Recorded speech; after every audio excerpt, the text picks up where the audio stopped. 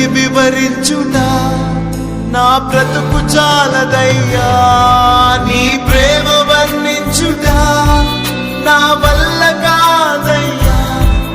నీ కృపని వివరించుట